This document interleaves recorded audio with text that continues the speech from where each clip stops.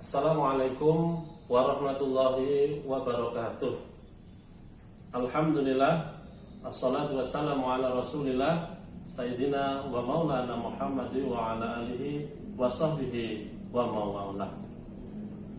Para siswa dan siswi kelas 11 SMK Kartika 51 Balikpapan, selamat berjumpa kembali dengan saya Bapak Muhammad Tohari, Sarjana Pendidikan Islam dan Sarjana Hukum Islam, dalam kegiatan belajar mengajar materi pelajaran pendidikan agama Islam dan budi pekerti. Sebelum kita lanjutkan, saya ingin menyampaikan ucapan selamat kepada kalian yang telah naik jenjang dari kelas 10 ke kelas 11. Ini patut kalian syukuri, dan salah satu cara mensyukurinya adalah kalian tetap semangat dalam belajar, semangat dalam menuntut ilmu, walaupun berada di tengah pandemi COVID-19. Baik para siswa dan siswi sekalian, marilah kita awali kegiatan belajar ini dengan berdoa. Bismillahirrahmanirrahim.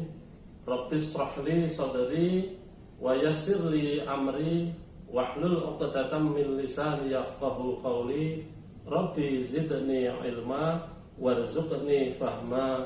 Amin ya mujibas sa'ilin. Amin ya rabbal alamin. Pembahasan kita kali ini adalah beriman kepada kitab-kitab Allah Subhanahu wa ta'ala. Perlu kalian pahami, tujuan dari pembelajaran ini adalah yang pertama, setelah kalian mengikuti pembelajaran ini, diharapkan mampu memahami makna beriman kepada kitab-kitab Allah Subhanahu wa ta'ala. Yang kedua, mampu mengetahui isi pokok kandungan kitab-kitab Allah Subhanahu wa ta'ala. Dan yang ketiga adalah diharapkan kalian bersikap sebagaimana orang yang beriman kepada kitab-kitab Allah. Baik para siswa sekalian, kita ikuti presentasi dari Bapak. Simak baik-baik ya, jangan sampai ada yang kelewatan. Jadi agar pembelajaran kali ini kalian betul-betul paham, sehingga dievaluasi nanti kalian mendapatkan nilai yang bagus. Terima kasih. Baik anak-anakku kelas 11, di pertemuan pertama pada hari ini, mari kita bahas bab pertama tentang al-imanu bi kutubillah, yaitu beriman kepada kitab-kitab Allah Subhanahu wa ta'ala. Kita sudah maklum, kita sudah banyak yang tahu bahwa rukun iman itu terbagi dalam 6 bagian. Yang pertama adalah beriman kepada Allah Subhanahu wa ta'ala, beriman kepada malaikat, beriman kepada kitab-kitab Allah, beriman kepada Rasul Allah, beriman kepada hari akhir, dan yang keenam, yang terakhir adalah beriman kepada qada dan qadar. Selanjutnya, pengertian iman kepada kitab-kitab Allah. Secara bahasa atau etimologi, kitab itu berarti buku atau surah kiriman. Sedangkan iman artinya percaya atau yakin. Selanjutnya, secara terminologi, iman itu adalah meyakini bahwa Allah Subhanahu wa ta'ala telah menurunkan kitab-kitabnya kepada para rasulnya, agar kitab-kitabnya itu dijadikan sebagai pedoman hidup umat manusia, agar mereka memperoleh kebahagiaan dunia dan akhirat. Cara mengimaninya bagaimana?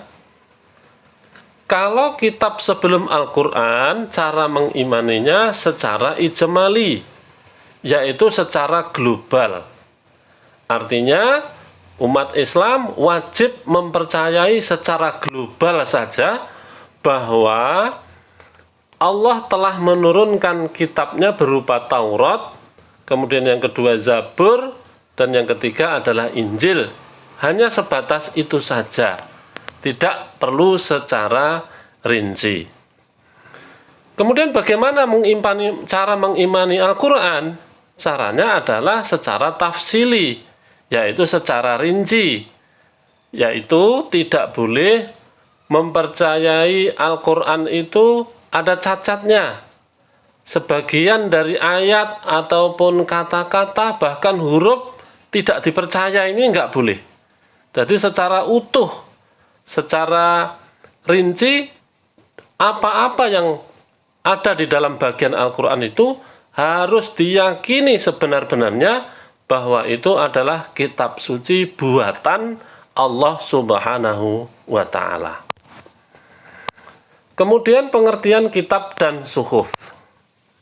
Kitab yaitu kumpulan wahyu Allah yang disampaikan kepada para rasul untuk diajarkan kepada manusia sebagai petunjuk dan pedoman hidup. Kemudian suhuf yaitu wahyu Allah yang disampaikan kepada rasul tetapi masih berupa lembaran-lembaran yang terpisah. Perlu digarisbawahi bahwa wahyu Allah itu disampaikan kepada para utusannya, baik nabi maupun rasul, itu semuanya melalui perantara malaikat Jibril. Berarti bukan dari Allah langsung kepada para nabi dan rasul, tidak, tetapi melalui malaikat Jibril. Apa persamaan dan perbedaannya antara Al-Quran atau kitab dengan suhuf? Persamaannya adalah kitab dan suhuf sama-sama wahyu dari Allah Subhanahu wa Ta'ala.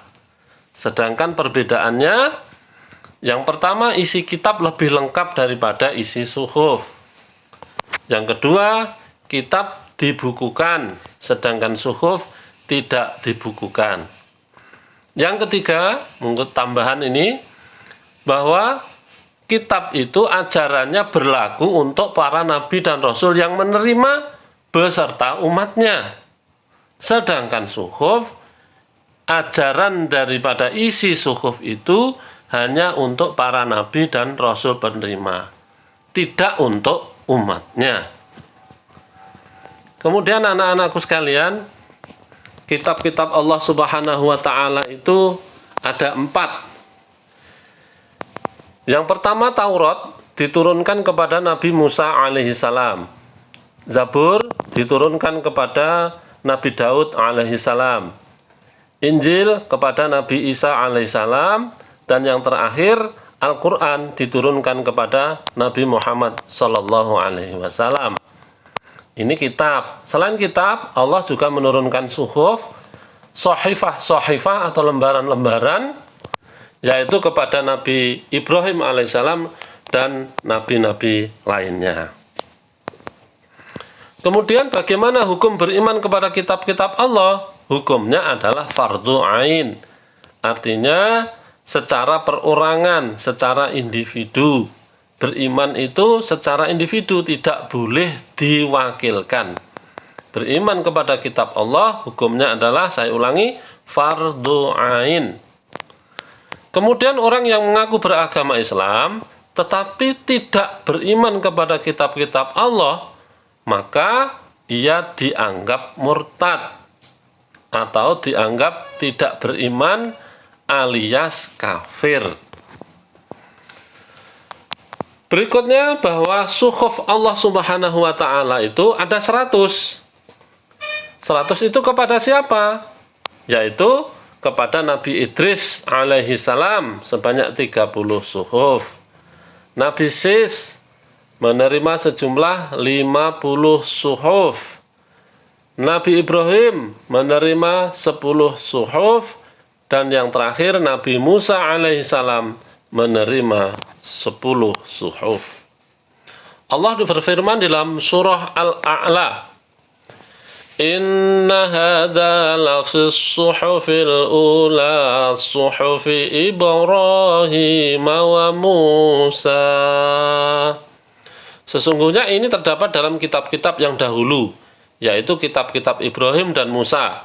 Quran surah Al-A'la nomor surat 87 ayat 18 sampai dengan 19. Kemudian Allah berfirman di surat yang lain, yahdi bihillahu man ittaba'a ridwanahu subulas salami wa yukhrijuhum minaz zulumati ilan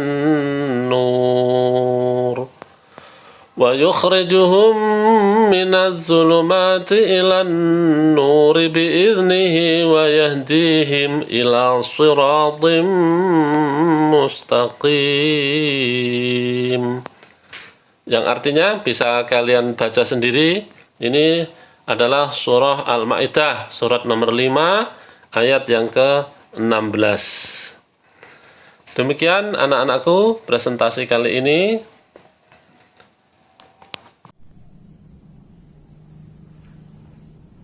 Para siswa sekalian, dari hasil presentasi yang saya sampaikan, dapat saya simpulkan antara lain bahwa mengimani kitab-kitab Allah Subhanahu wa Ta'ala itu berarti mempercayai dengan sungguh-sungguh bahwa Allah Subhanahu wa Ta'ala telah menurunkan kitab sucinya sebanyak 4, yaitu kitab Taurat kepada Nabi Musa alaihissalam, kitab Zabur kepada Nabi Daud alaihissalam, kitab Injil kepada Nabi Isa alaihissalam, dan Al-Quranul Karim diturunkan kepada Nabi Muhammad sallallahu alaihi wasallam. Berikutnya, mengimani kitab-kitab Allah yang 3 atau yang selain Al-Quran itu secara global atau ijmali, sedangkan meyakini kitab Al-Quranul Karim itu secara tafsiri atau secara lebih rinci. Kemudian kitab-kitab Allah Subhanahu wa Ta'ala itu diturunkan kepada para nabi dan rasulnya itu tujuannya adalah agar manusia itu mendapatkan kebahagiaan dunia dan akhirat. Saya kira ini yang menjadi kesimpulan, dan insya Allah pada pertemuan berikutnya Bapak akan menyampaikan tentang Al-Quranul Karim sebagai mukjizat, dan isi kandungan Al-Quranul Karim itu pada pokoknya seperti apa. Nanti kita saksikan pada periode berikutnya. Demikian, mari kita akhiri dengan doa. Bismillahirrahmanirrahim. Subhanakallahumma wa bihamdika asyhadu an la ilaha illa anta astaghfiruka wa atubu ilaik.